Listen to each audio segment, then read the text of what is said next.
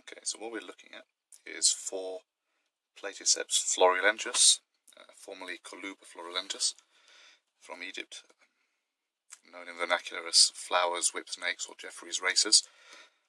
These are 4 really nice specimens sent to me by Tom Halverson. Always get really good quality snakes from him. And this is their quarantine enclosure. So with active diurnal snakes like this, I always try and make sure that we've got both a UV light and a full spectrum sunlight bulb.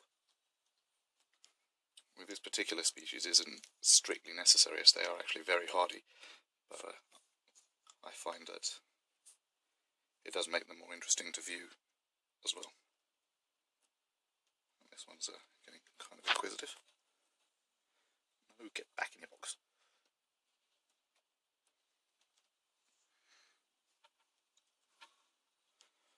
All very good feeders.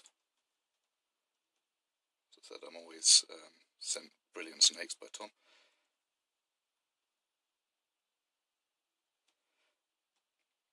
Hopefully in the next few months these will be going into a nice fake rockwool vivarium with the other pair that I've got already. This is a very inquisitive snake for a new arrival. Shoo.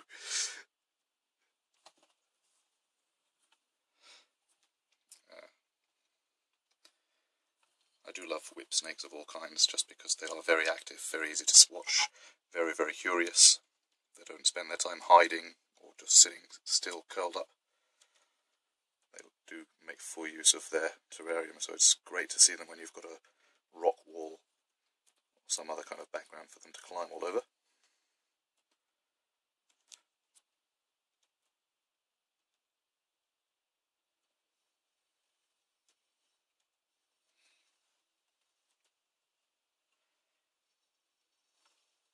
Like most Egyptian species that I've kept, and I've kept a fair few, I found that this is an extremely hardy snake. Very easy to get onto a diet of rodents. They're not fussy at all. As you can see, they're not particularly shy or flighty. They are very quick moving when they want to be, though.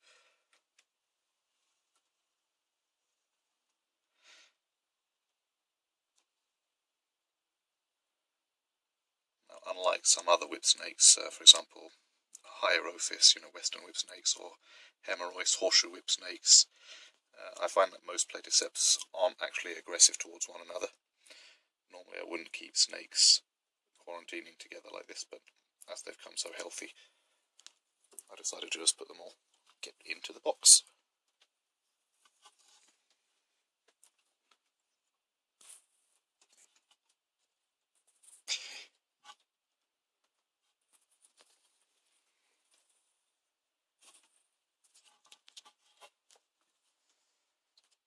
Of course, one of the problems with this is that when you've got 4 very fast-moving and inquisitive snakes, it becomes quite difficult to keep them all in one place.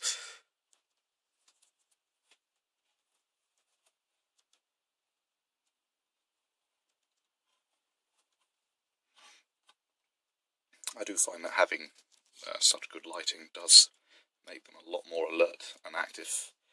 As I said, this particular species is very hardy, so you can keep them without the lighting, and they should do actually quite well compared to some other Platyceps I've kept, like Platyceps saharicus and rogersi, which are much slimmer, faster, more prone to eating lizards rather than mice. But it does give you something to watch, and really that's what it's all about, isn't it?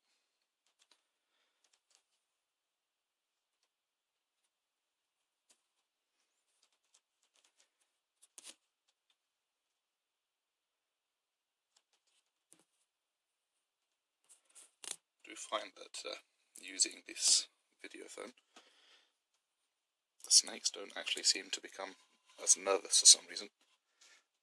And a lot of the ones that I've been filming recently do tend to come and see what it is that I'm doing. And as I said, I've only had these snakes a few days so far, and I just can't keep them away. They're actually climbing onto the phone and onto my hand, which is not the sort of behaviour you'd expect a whip snake to be doing. Get in there.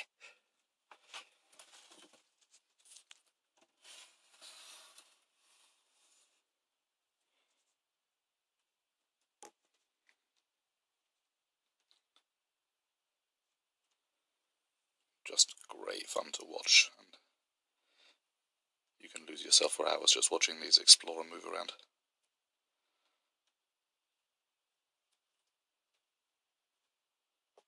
Are you going to come out?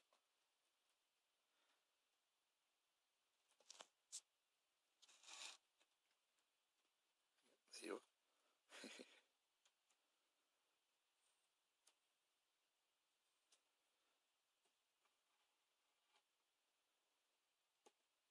You're a stubborn one, aren't you?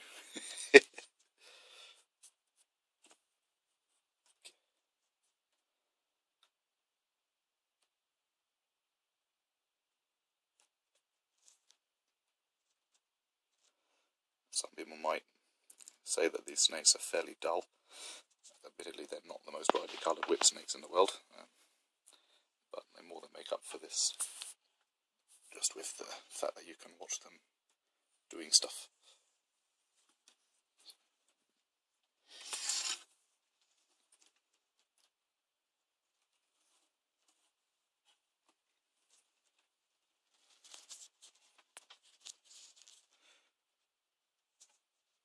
It's nice to actually have a snake that doesn't spend its time curled up, hiding under the wood, or buried under the aspen.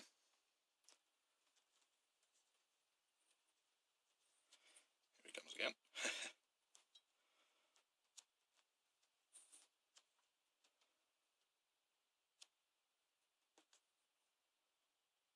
Stop moving so much, you make it so hard to focus.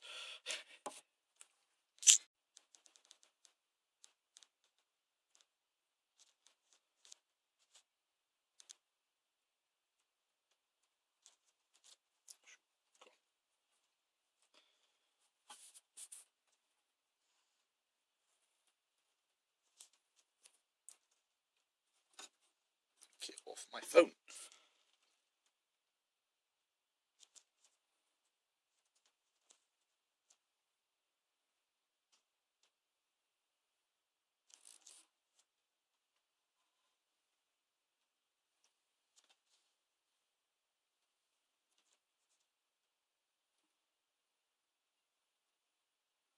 So I said that there are 4 of them in here. Quite small snakes, none of them more than about 60 centimetres long, and the smallest one maybe 45 centimetres. Once they've gone through quarantine, which I don't think is going to be at all a problem, if anything that I can see here is anything to go by, they'll be put into a couple of 3-foot by 45 centimetre Viv Exotic tanks, pair in each.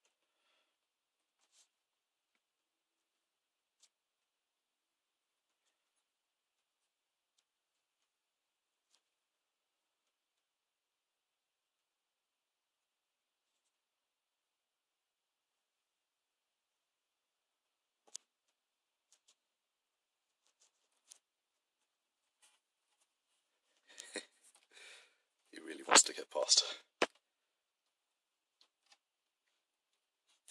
You shall not pass.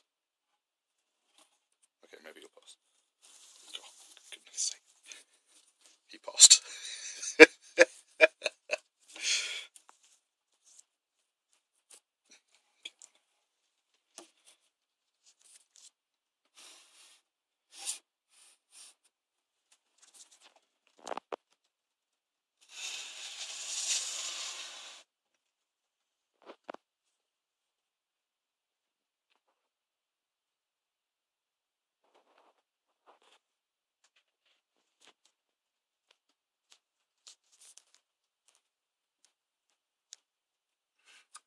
Another thing I was going to comment upon whilst I was making these videos is that you can actually see the flickering on these UV lights. These ones I use for my quarantine. I'm actually making the transition to the Arcadia T5s at the moment, and you'll be able to see that the difference in the flickering is really something interesting.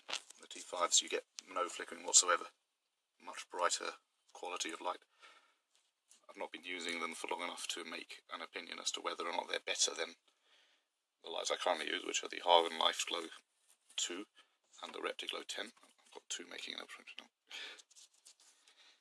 I've had very good results with Life Glow and Reptiglow over the last 3 or 4 years.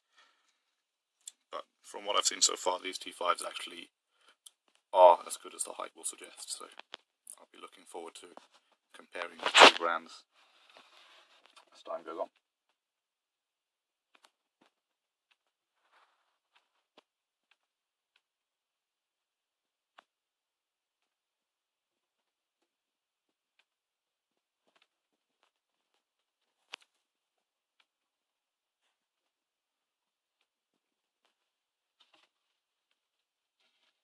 Okay, I'm going to close this cage before there are any escapees. I've got too many of them making attempts now past my hand.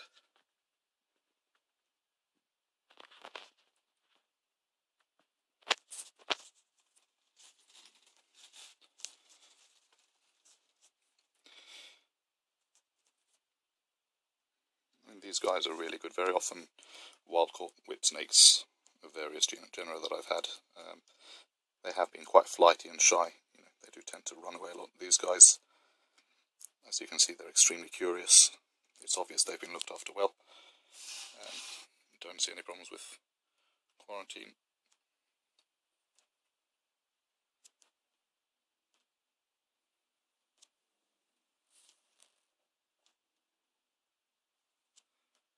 You going to stay still for a nice shot? No, you're not going to stay still. Great snakes to watch. Absolute buggers to take photos of though.